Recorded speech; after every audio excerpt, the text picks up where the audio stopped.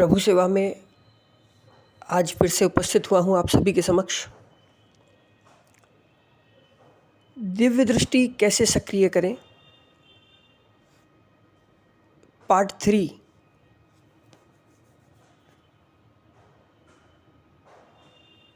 कई तरीके से दिव्य दृष्टि सक्रिय होती है।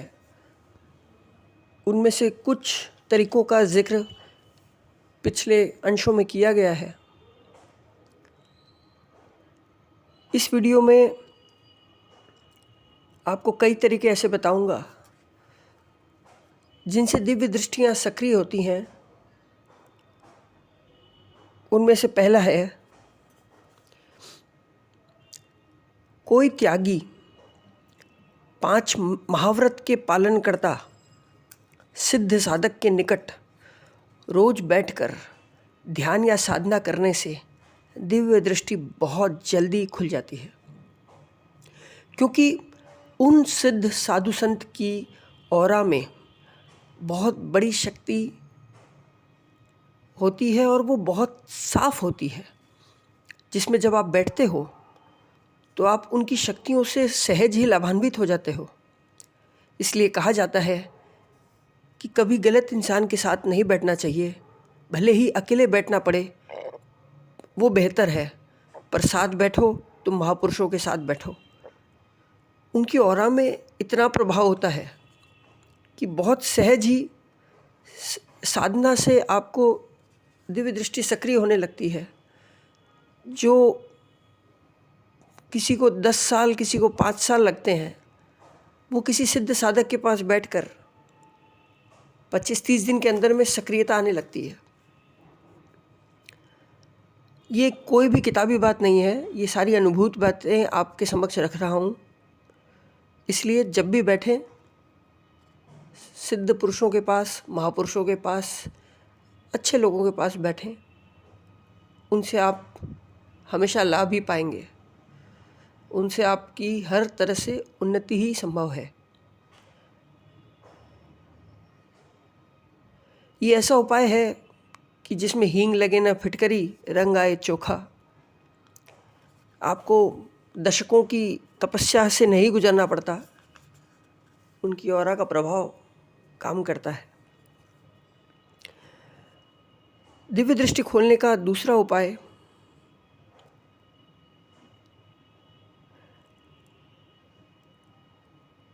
पूरी जिंदगी में कोई 1-2 बार ही ऐसा होता है कि दिन भर की आपाधापी में कोई एक जगह ऐसी मिलती है जहाँ बैठते ही लगता है कि जीवन का सारा भार उतर गया, सारी चिंता तकलीफ छूमंतर हो गई और गहन शांति के साथ आनंद आ रहा होता है। ऐसे स्थान पर पहुँचते ही ध्यान घटित हो जाता है, विचार रहते ही नहीं। उस स्थिति के बारंबार अभ्यास से दिव्य दृष्टि खुल सकती है। बड़े सौभाग्य से ऐसा हो पाता है कि हमें कोई ऐसे सिद्ध स्थान पर बैठने का मौका मिलता है, या कोई साधारण स्थान पर भी बैठने का ऐसा मौका मिले जहाँ एक गहन शांति घटित हो जाती है। सारी चिंताएं, सारा भार गायब हो जाता है। तीसरे तरह से बताऊं आपको, कई सारे तीर्थों में जाने से भी अचानक किसी देवता या किसी देवी या किसी शक्ति की कृपा से सहज ही दिव्य दृष्टि खुल जाती है। हमारे शुद्ध भाव, हमारा समर्पण, हमारी भक्ति, हमारी एक निष्ठता, हमारा शुद्ध व्यवहार, हमारे अंदर दया परोपकार की भावना, हमारा धर्म, हमारा बैकग्राउंड, इनमें से कौन सी चीज़ पर किस देवी देवता की कृपा हो जाए, किस पर वो रीझ जाते हैं, किस पर वो खुश हो जाते हैं, तो वो साथ हो लेते हैं। उनकी कृपा से दिव्य दृष्टि सक्रिय हो जाती है। पर प्राय देखा गया है कि वो कुछ समय रहती है या कुछ क्षण रहती है, बाद में जब आप भी बदल जाते हो तो वो दृष्टि भी फिर से निष्क्रिय हो जाती है। किसी को क्षणिक मिलती है ये दिव्य दृष्टि, किसी को वर्षों तक मिल जाती है। ये उन देवी देवता की इच्छा पर निर्भर करता है। इसलिए सिद्ध, शक्तिशाली, लब्ध प्रतिष्ठ तीर्थों में अवश्य जाना चाहिए। पर एक बात आपसे अवश्य कहूँगा, तीर्थों में भूल कर भी कोई गलत काम नहीं करना चाहिए, नहीं तो उसकी सज़ा ज़िंदगी भर भोगते भोगते जीवन छोटा पड़ जाता है, पर वो सज़ा ख़त्म नहीं होती। कई लोग दोस्तों के साथ तीर्थों में जाते हैं, दर्शन करते हैं, पूजा पाठ करते हैं, उसके बाद जब अपने होटल या धर्मशाला में वापस पहुंचते हैं तो ये सोचते हैं कि भाई हम तो मंदिर जाके आ गए, अब एंजॉय करें। दारू की बोतलें खोल लेते हैं, गंदी गालियाँ, गंदी आदतें, अपनी सारी आदतों को वहाँ आजमाते हैं उस होटल में, उस धर्मशाला में जो तीर्थ स्थान में है, और जीवन भर के लिए श्रापित होकर बर्बादी का एडवर्टाइज बन जाते हैं। इनमें से एक व्यक्ति को मैं जानता हूँ, उसने किसी तीर्थ में जाकर, धर्मशाला में जाकर दोस्तों के साथ दारू पी ली। ज़्यादातर गलत आदतें, गलत काम का श्रेय दोस्तों के पास ही जाता है। उन पापी दोस्तों के कारण ही जीवन बर्बाद हो जाता है। वैसे तो वो इंसान बहुत भक्ति दिखाता था, पर उस तीर्थ स्थान में दारू पीने के कारण देवी के श्राप से उसकी सारी रईसी, कामकाज सब गोल हो गया। कई सालों तक कई दरबारों के धक्के खाते खाते बाद में किसी एक सज्जन ने उसे उसकी भूल बताई, जिसे उसने सहज स्वीकार किया। वो भूल गया था ऐसी बात, बाद में वो स्वीकार किया, और फिर उसके बाद में उसे उस वापस से तीर्थ में जाना पड़ा। वहाँ जाकर माफ़ी मांगा, और सौभाग्यवश उन देवी की कृपा से वो फिर से हरा भरा हो गया, जीवन पटरी पर आ गया। इसलिए आप में से कभी भी कोई, स्पेशली तीर्थ स्थानों में, कोई भी तरह की गलत काम न करें। दृष्टि को स्वच्छ रखें। वहाँ पर केवल आपको अपनी साधना, देवी देवता के दर्शन, शुद्ध आचरण पर ही ध्यान रखना चाहिए, और बाकी समय में अपने नासाग्र पर, नाक के अगले हिस्से पर ध्यान रखें। कौन आ रहा है, कौन जा रहा है, इस पर आपका ध्यान जाना ही नहीं चाहिए। विशेषकर तीर्थों में कोई ज़रूरत नहीं है आपको वहाँ निहारने की कि 50 लोगों में कौन आया, कौन नहीं आया, कौन अपना कौन पराया।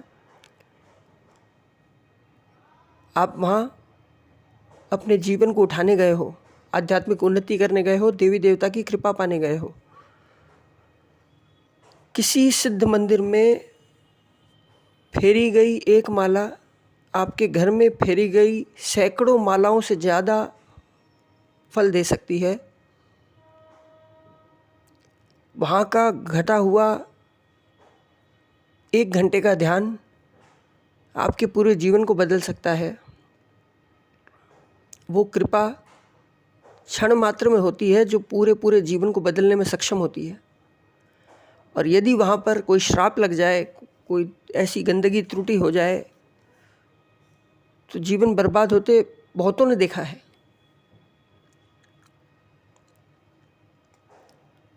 इंसान भूल जाता है, देवी देवता नहीं भूलते।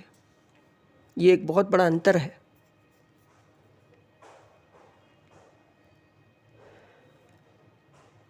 दिव्य दृष्टि खोलने का चौथा उपाय, या चौथा तरीका जिससे दिव्य दृष्टि खुलती है,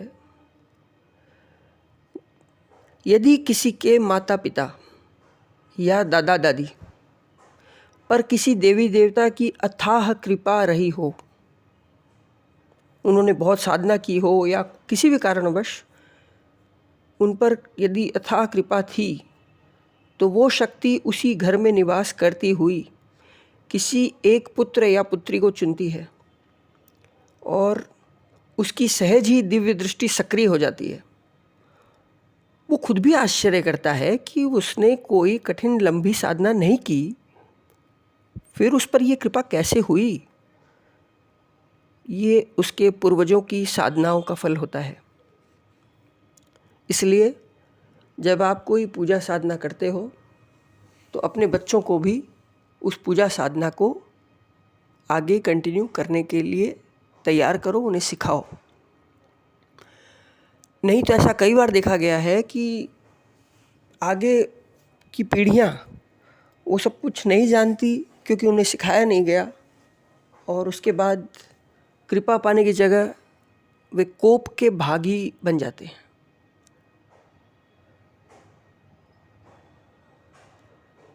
इसलिए अपने बच्चों को आप वो सारी शक्तियाँ, सारी वैभव को सिखाएं, बताएं जो आपके पास हैं, जो आप साधना करते करते सीखे समझे, वो उन्हें बताएं। ये आपका फ़र्ज़ है।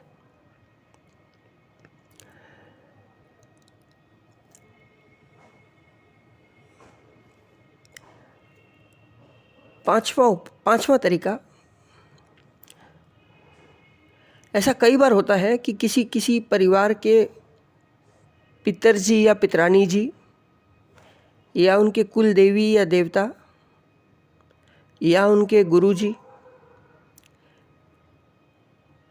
इनमें से कोई एक की भी विशेष कृपा से दिव्य दृष्टि सक्रिय हो जाती है और वे उस व्यक्ति से लोक कल्याण करवाते हैं। धन्य हैं वह लोग जिन पर उनके पितरजी, उनके कुल के देवी देवता, उनके गुरु की कृपा होती है तो सहज ही कंकर शंकर बन जाता है।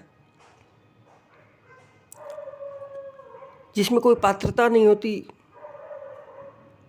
वो अनुपम हो जाता है, लोगों के लिए कल्याणकारी हो जाता है। इसलिए अपने घर के कुल देवी देवता, पितरजी और गुरुदेव को सदा आदर दें, हर कार्य में उन्हें पहले याद करें। उनकी कृपा पाने के लिए उन्हें हमेशा साथ रखें। उन्हें समय समय पर उनकी पूजा, उनका भोग, उनके निमित्त दान जो आप करें, अवश्य करें। हर कोई सक्षम है किसी न किसी अंश में, कोई 1 रुपया, कोई 100 रुपया, कोई लाखों, कोई करोड़ों, पर करना अवश्य चाहिए। वो जानते हैं कि आपका सामर्थ्य कितना है। वो क्वांटिटी नहीं देख रहे, वो आपकी भावना देखते हैं।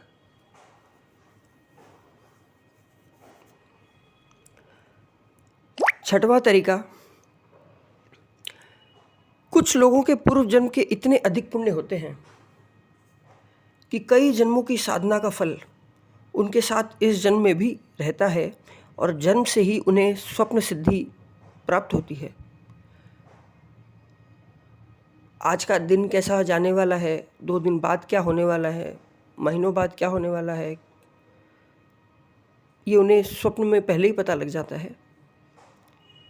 उन्हें वचन सिद्धि सहज ही मिल जाती है। जो होने वाला होता है वो उनके मुंह से पहले ही निकल जाता है। उनकी दिव्य दृष्टि सक्रिय हो जाती है। ये उनके पूर्व जन्म की साधना का प्यारा सफल है।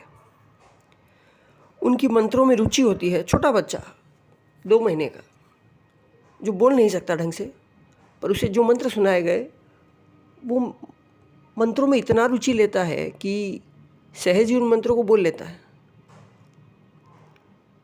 बाकी चीज़ें भले ही तुतलाता हो, पर मंत्र सहजता से बोलता है। साधना में उसकी एक प्यास होती है। कोई साधनारत हो, उसके पास जाके बैठ जाए, उसकी गोद में जाके बैठ जाए, वो भी साधना में लग जाए। ये प्यास सब में नहीं जागृत होती। सौभाग्य से पूर्व जन्म के किए हुए पुण्य, पूर्व जन्म की साधनाएं उसे प्रेरित करती हैं इस जन्म में उस आध्यात्मिक उन्नति को पाने के लिए जो पूर्व जन्म में वो नहीं पा पाया, जो पिछले कई जन्मों में उसे करना था, जो वो नहीं किया, वो इस जन्म में उसे करने के लिए वापस आना होता है। ईश्वर उसे बार बार जन्म देकर उस लक्ष्य तक पहुंचाने के लिए प्रेरणा देते हैं।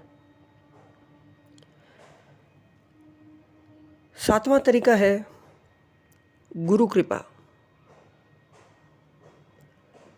जिसमें गुरु की कृपा से, गुरु के आशीर्वाद से दिव्य दृष्टि खुलती है, या गुरु साक्षात शक्तिपात करे तो गुरु कृपा से दिव्य दृष्टि खुलती है। ऐसा बहुत जगह देखा गया है कि कोई शिष्य पहले कई महीनों, कई वर्षों तक गुरु के बताए रास्ते पर चलता है और गुरु के करुणा हृदय के कारण, गुरु के आशीर्वाद के कारण उसकी दिव्य दृष्टि अपने आप ही खुल जाती है बिना किसी साधना के। इसलिए सदा गुरु चरणों में प्रेम, गुरु की वाणी पर अटूट निष्ठा और गुरु के आदर को सदा बढ़ाने की कोशिश करें। 8वां तरीका है, ये बड़ा विलक्षण तरीका है जो कोई चाहता नहीं है, पर कई बार कई लोगों के साथ होते देखा गया है। किसी के अंदर नेगेटिविटी हो जाए, घुस जाए, उसके साथ रहने लगे, तो उसे भी कई बार भूतकाल, वर्तमान काल सहज दिखने लगते हैं और लोगों को बताने लगता है कि मुझे ये दिख रहा है, मुझे ये, वो दूसरों की मदद करने लगता है, पर खुद बर्बाद होते चला जाता है। दूसरों को लगता है कि इसके दिव्य चक्षु खुल गए, ये कोई दिव्यात्मा है, लेकिन कुछ कुछ नेगेटिविटी के पास ये शक्ति होती है कि वो वर्तमान और भूतकाल दोनों बता पाते हैं। 9वां तरीका है योग, जो मैं आपको पीछे के अंशों में बता चुका हूँ, पार्ट 2 में, पार्ट 1 में। त्रिबंध प्राणायाम, त्राटक आदि कई योग हैं। कुछ तरीकों का जिक्र मैंने पीछे किया है, कुछ का बाद में करूँगा आपसे। 10वां तरीका है ज्ञानावर्णीय कर्म की क्षय या क्षयोपशम की अवस्था। जैसे कोई बच्चा पढ़ रहा हो और आप आए, आपने कहा अरे अरे अरे उठ उठ उठ, पहले मेरे लिए पानी ले आ, बाद में पढ़ लियो। वो उठता है, आपके लिए पानी लाता है। वो बैठा था ज्ञान प्राप्त करने के लिए, वो बैठा था पढ़ने के लिए, आपने उसमें अंतराय डाल दिया। अब भले ही आपने अंतराय कुछ सेकंड्स का या कुछ मिनटों का डाला, पर उसका प्रतिफल कई गुना होता है और वो आपके ज्ञान पाने में बाधा उत्पन्न कर देता है, आपके दिव्य चक्षु खोलने में सबसे बड़ी रुकावट बन जाता है। इसलिए किसी को भी पढ़ते वक्त, खाते वक्त डिस्टर्ब नहीं करना चाहिए। आपका जो आवश्यक काम है उसे बाद में करवा लें। यदि आप ज्ञानावर्णीय कर्म के कारण परेशान है, जो आपके ज्ञान पर आवरण डाल दिया है, उससे यदि आप मुक्ति चाहते हैं तो एक उपाय ये है कि आप जितना हो सके उतना बच्चों को पढ़ाएं, उन्हें ज्ञान पाने में उनकी मदद करें। इससे आपके ज्ञान पर पड़े आवरण को हटने के लिए बहुत अच्छा सुअवसर मिलेगा। इसी के साथ आप सभी के लिए बहुत बहुत शुभकामनाएं। जय माता की।